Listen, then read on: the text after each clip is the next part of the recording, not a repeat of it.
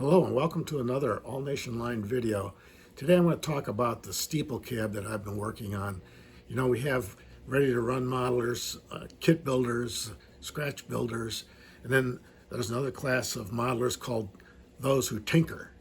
And I happen to sometimes get as much enjoyment out of tinkering with my models as I do from scratch building. So I apologize ahead of time for this video because everything that I've spliced together is kind of out of sequence. It's not a step 1, 2, 3 process or order of or instruction to assemble this kit. And a lot of the tinkering I have done was under the constraints of such a small space to try to incorporate some motoring in it and make it a powered little model on the trolley or traction layout. So I hope you enjoy this video as much as I do tinkering with it.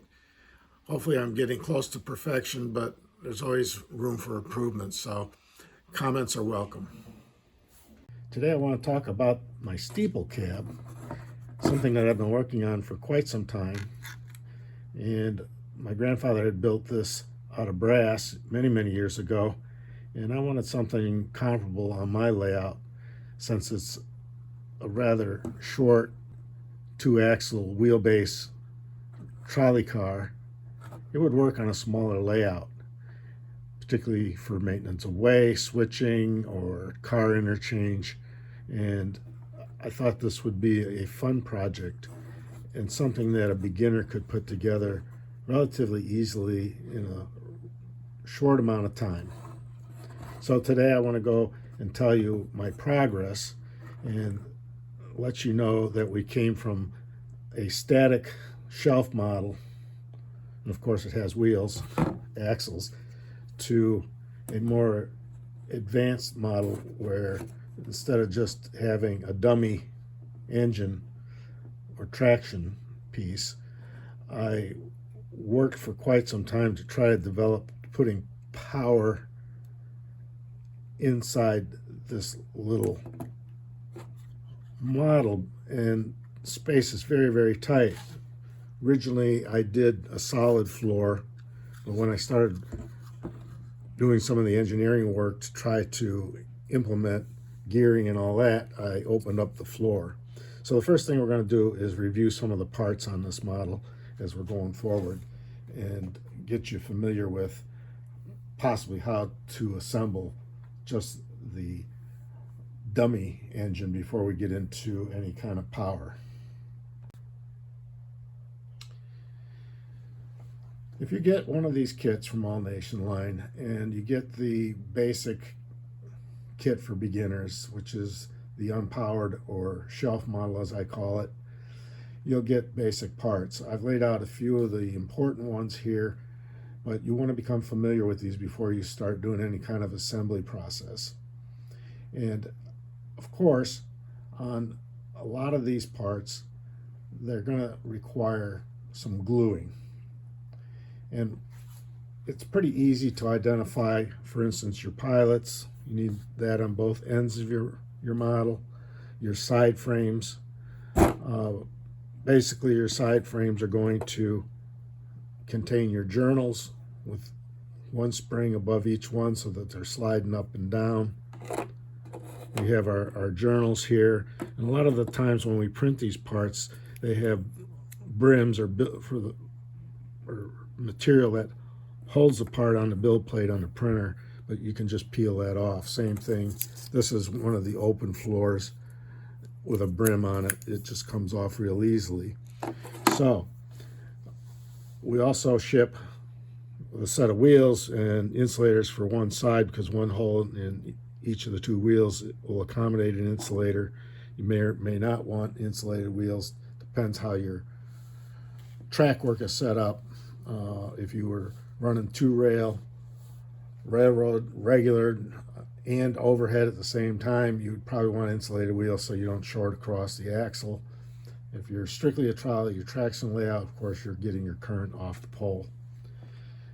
Right now, what we have in front is our pilots, the side frames, of course, and you'll note that the pilot holes are drilled and the 090 screws are all in the bag here for assembly purposes. We have various parts that hold your journals and side frames in with a little touch of CA glue. Some of these parts may need a little touch up with a file, clean them up after printing. The parts that are not here, you'll see in this particular assembled kit, there's sides, there's the hoods on each side, there's the roof, and then your ends, and then some detail parts like your headlights. And this kit is relatively easy because, like on the platform, we have the outline of where your sides should align with, to make it easy for the beginner modeler to get everything centered and square. More advanced users probably don't need to worry about that so much, but it does make it a little easier. In addition to building an unpowered unit, you may want to wire it so that you do have headlights. And so that would be an option. And if you want more detail than it's already on here, that's another option, of course. And you can put handrails, however you think the model should look for your particular layout. Now, when we go from assembling your basic body and you use the open frame with the intention of powering this, because you could probably buy just the dummy first and then get that all assembled and then come along later, replace your wheel sets with our power. Now, I've worked to do the engineering on these for quite some time and have done quite a bit of testing on it. But in order to get motors in that tight space, they're very, what I call micro motors, very light. So these are not really heavy duty motors, but they seem to do the job. And there's two of them in here. And in a moment, we'll show you the parts for how we have this configured. So just a quick assembly tutorial before we finish this. As I mentioned, the platform comes, you may need to take some of the brim material off around the perimeter, like so. It's not that difficult. I usually come along with a nice fine file and clean up the edge a little bit. As I said before, you'll note the channels here for locating your sides and your front and your back, and getting that nice and square. Also, when you start to assemble this and you use your pilots, you'll note that on the pilot there's also a channel here, so you can get your alignment and get it centered on your platform. And probably the most complicated thing about assembling this is the side frame, which really isn't that complicated. And like I said before, once you've mounted the pilots on your platform, you will note that the screw holes line up for mounting to the pilot, your side frame, with the 090 screws, 2 on each corner. And after you prepare the journals and you get them sliding nice and easy up and down in the journals, you can take 2 parts to secure the journals in the side frame, and your spring basically holds the journal down initially. So on the outside of the side frame, we use this little part here and glue it onto the back side. So there's a little lip right here. It would just go on there and put a little touch of CA and give it a moment to set, and you're good on the back side. On the front side, there's another tiny little part with rivets on it that actually will go on the front facing side of the side frame, and that secures the journal in the side frame. And that's about as complicated as it gets. We do usually glue the pilot onto the platform, but we don't necessarily glue the side frames onto the pilot in case we want to disassemble things. So that's a little concluding tutorial, and cleaning up some of the parts also goes for some of the other 3D printed parts that may or may not be too clean. Once in a while, this roof may have some layer separation. Depends. Sometimes they do, sometimes they don't. We print them very thin, but in certain cases, like on this one here, I had a very minor separation. I just put a little CA glue in there, or you can even use a little resin or epoxy and fill it in, and it'll be just fine. But in order to get the correct thickness on the roofs that we want, you have to go pretty thin, and they're printed vertically on the plate, so we get a nice smooth roof.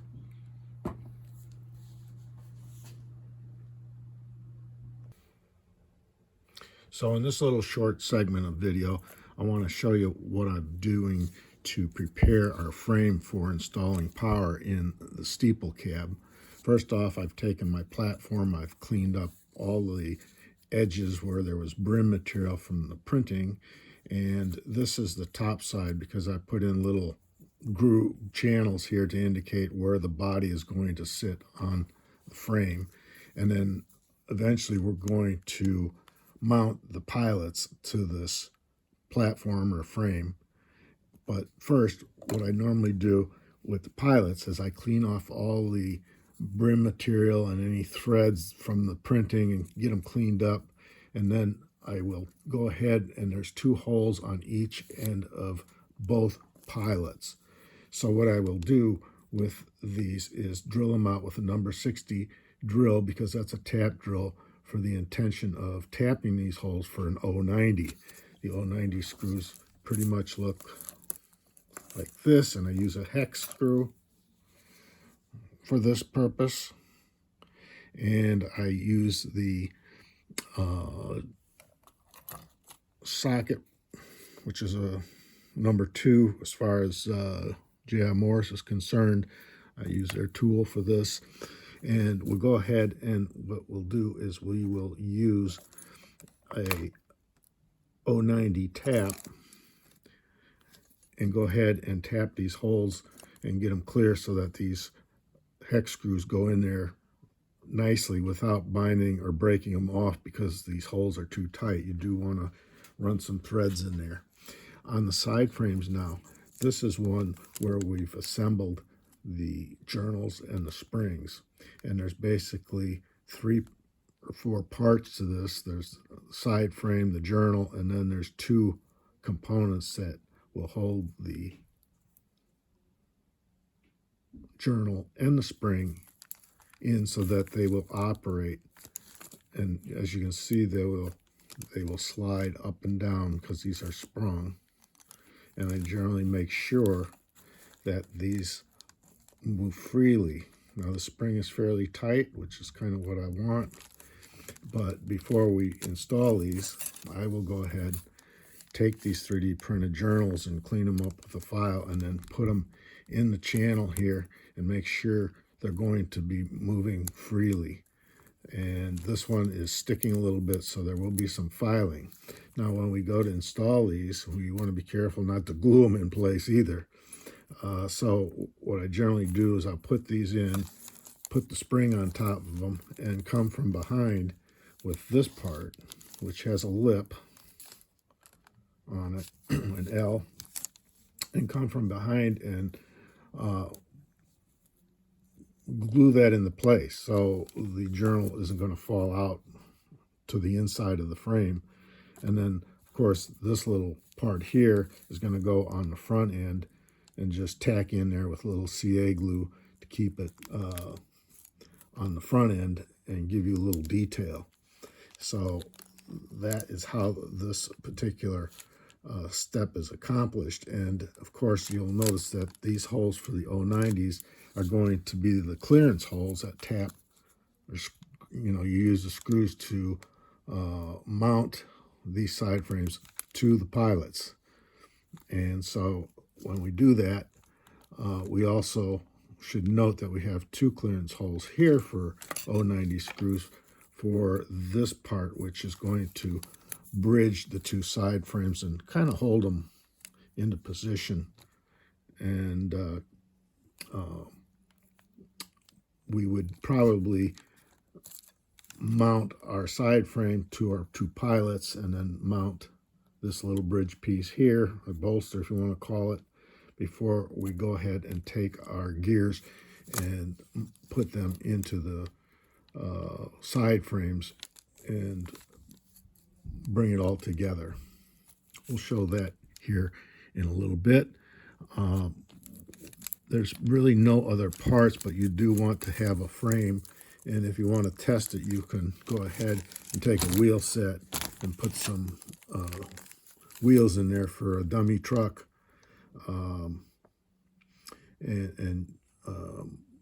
you know, you could test it that way, but really it's not that necessary. So that should conclude this little talk for getting started on your trucks for prepping them to put in the transmissions and motors for gearing the steeple cab.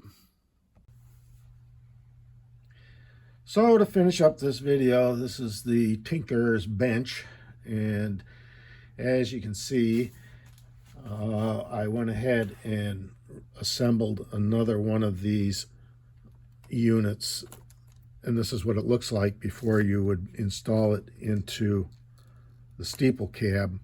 And I wanted to show the floor, but in reality you would probably, or at least what I've done, is I'll drill 2 holes here for 256 screws and mount the cab to the floor so it can just set back in here on the chassis. And again, this little bridge here gives some flexibility to the mechanism, and I think there's enough flexibility for left, right, and up and down so that it tracks pretty good. And there's plenty of weight here on this little mechanism with these tiny motors. And again, you have to wire these so that they're not rotating against each other, and that's pretty straightforward. These are the little motors. Again, these motors will fit into this housing, press fit, flat, all the way forward. There's a flat surface on this shaft, so I usually will use a set screw for the gearing. And the other option that I'm going to try is to make the one axle just a plain, no gearing, so that it's only driving one motor on one axle. That should work good, I would think. And maybe that's all that you would need for this little model. You may not need 2 motors, but I wanted to go ahead and do some testing on that and see how that would work.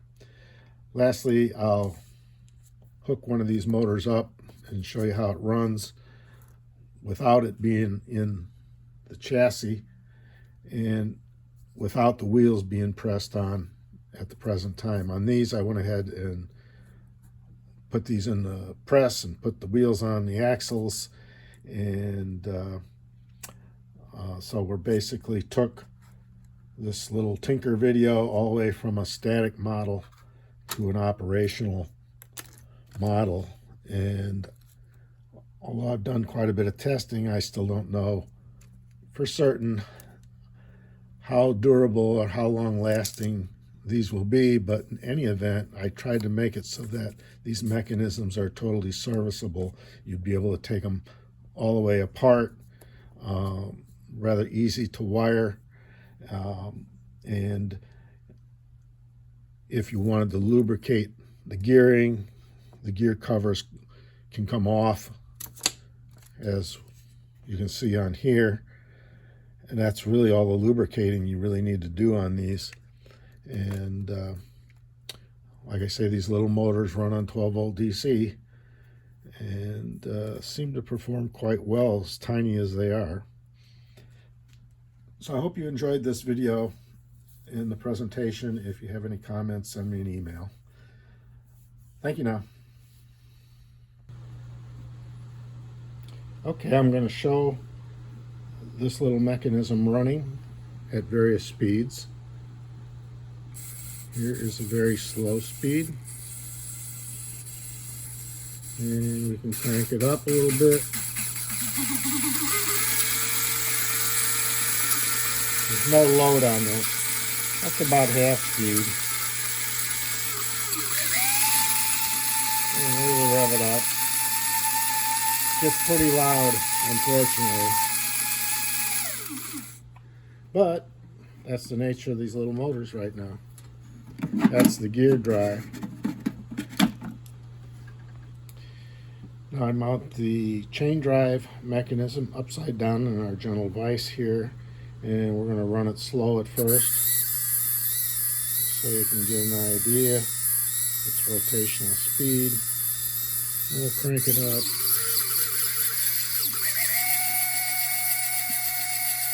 And it's about 3/4 speed. And the reason it's jerking is my rheostat on this rail power supply is giving me some trouble. So when I turn the rheostat, it seems to not be a smooth transition across up to 12 volts. So I need a new power supply. Hope you enjoyed this part of the video, and I think this will give me some enjoyment with this little model as time goes on.